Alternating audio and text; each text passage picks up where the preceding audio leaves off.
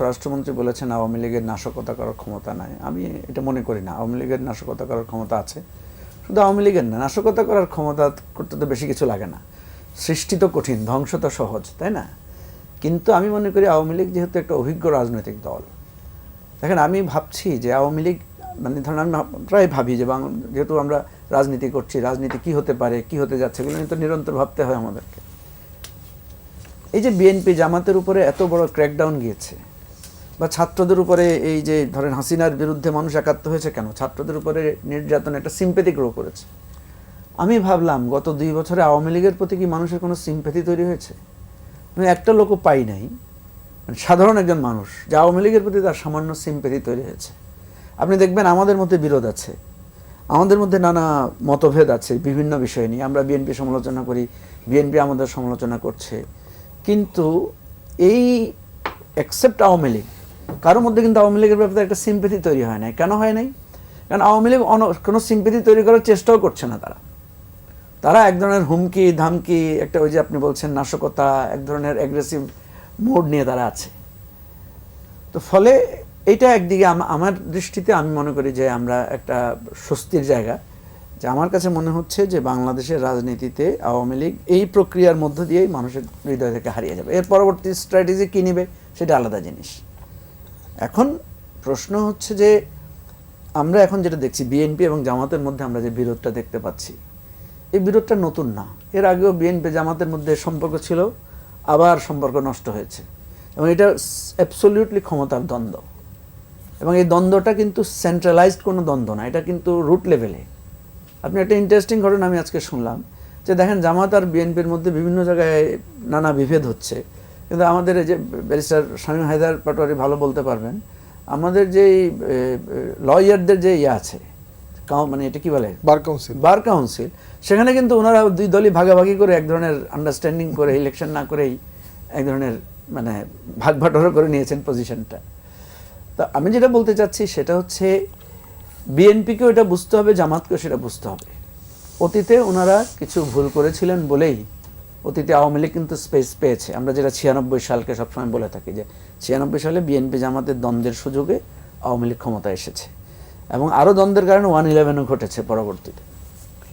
এখন বিএনপি জামাতের মধ্যে দ্বন্দ্বটা কী নিয়ে হচ্ছে? আমরা দেখতে পাচ্ছি যে জুলাই সনদ সহ নানা ইস্যু নিয়ে এক ধরনের বিরোধ তৈরি হয়েছে, এটা সত্য। এখানেও আমি মনে করব যে বিএনপি কৌশলগতভাবে এই জিনিসটা ভালো করতে পারত, কারণ বিএনপি এত নির্যাতন, বিএনপি একটা পেটি বুর্জোয়া দল।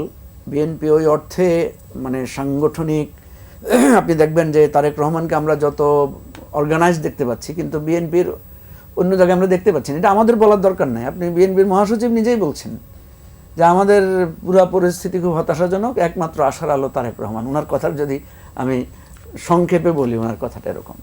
তো এই আশার আলো, একটা আশার আলো দিয়ে তো আপনি চলতে পারবেন না। আপনাকে তো এটা মানে টপ টু বটমে এটা তো সার্কুলেটেড হতে হবে, এটা তো সংক্রমিত হতে হবে, সেটা তো সময় প্রয়োজন। তো হ্যাঁ হ্যাঁ, এখন কথা না, সময়ের প্রয়োজন। আমি আপনাকে বলি, আপনারা যে সবাই বলেন যে বিএনপির মাত্র ক্ষমতার 5 মাস, এটা ভুল। আমি তো বিএনপির যে 18 মাস ছিল এর আগে, 18 মাস আগে ক্ষমতায় কে ছিল? আপনি উপরে ছিল ডক্টর ইউনূস, উপরে ছিল উপদেষ্টা মণ্ডলী, কিন্তু সচিবালয় থেকে শুরু করে তৃণমূল পর্যায়ে সব জায়গায় তো আপনি দেখবেন বিএনপির প্রাধান্য ছিল, জামাতেরও তো ছিল। হ্যাঁ, ওই তো আমি তো বলছি বিএনপি এবং জামাতের ছিল। তো ওই যে একটু ভুলে হলেও শামীম হায়দার পাটোয়ারি একটু বলে ফেলেছেন না যে বিএনপি জামাতের সরকার। তো আসলে আমি যেটা দেখি যে তত্ত্বাবধায়ক অন্তর্বর্তীকালীন সরকার বলতে যেটা ছিল, ওইটা আসলে এক অর্থে বিএনপি জামাতের সরকার ছিল। আপনি ইউনিভার্সিটিগুলো দেখেন, কিছুতে বিএনপি, কিছুতে জামাত। আপনি ওই যে সচিবালয়ে দেখেন, বিএনপিপন্থী জামাতপন্থী লোকদের প্রাধান্য ছিল। আপনি একদম ইউনিয়ন লেভেল, জেলা লেভেল, উপজেলা লেভেলে যদি দেখবেন, 2টা দলেরই লোকদের ছিল। খারাপ না, এটা এক ধরনের মানে জাতীয় সরকার লোক ছিল। এখন প্রশ্ন হচ্ছে যে এখানে আমি যেটা দেখতে পারি, এই বিএনপি জামাতের দ্বন্দ্বের সুযোগ আওয়ামী লীগ বেনিফিটটা পাবে, এটা আমার একটা রাফ আইডিয়া। আরেকটা আইডিয়া হচ্ছে যে এই যে দ্বন্দ্বটার ফাঁকে যখন আওয়ামী লীগ আবার ঢুকতে চাইবে, তখন আবার বিএনপি জামাত কি হয়ে যেতে পারে? এক হয়ে যেতে পারে। কেন এক হয়ে যাবে? এই জন্য যে আওয়ামী লীগ মানে তার চিরস্থায়ী শত্রু তৈরি করেছে, শুধু ওই যে পাটোয়ারিদের ছাড়া, মানে জাতীয় পার্টি ছাড়া আর সবকে সে তার অপোজিশন বানিয়ে ফেলেছে, অপোনেন্ট বানিয়ে ফেলেছে। এবং এই অপোনেন্টদের সাথে সম্পর্কটা এই জায়গায় যে এটা রিপেয়ারেবল না। বিএনপি যে প্রবণতা আমরা দেখতে পাচ্ছি যে সমালোচনা সহ্য না করার যে মানসিকতা, এটা কিন্তু বিএনপিকে আস্তে আস্তে আবার অটোক্রেটিক একটা মুডের দিকে নিয়ে যায়। যেমন যেমন একটা উদাহরণ কি দিতে পারবেন?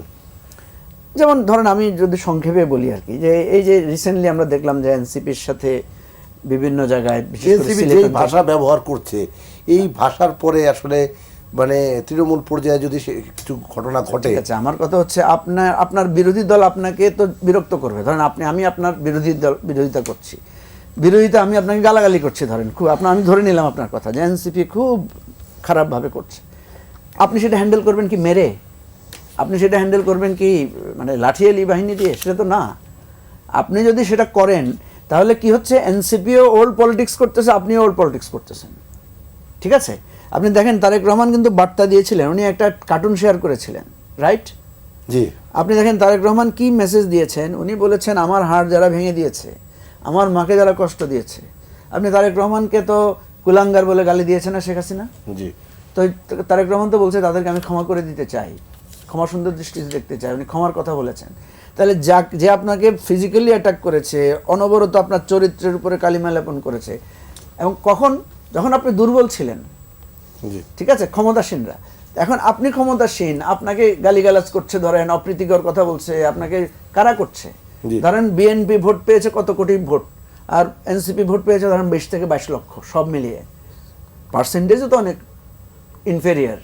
তো সেই জায়গায় আপনি যদি তাদেরকে মেরে, মনে করেন বাংলাদেশে কাউকে মেরে কোনোদিন দমন করা ঠিক। যায় না, আমরা এটা বরং পপুলার হয়েছে।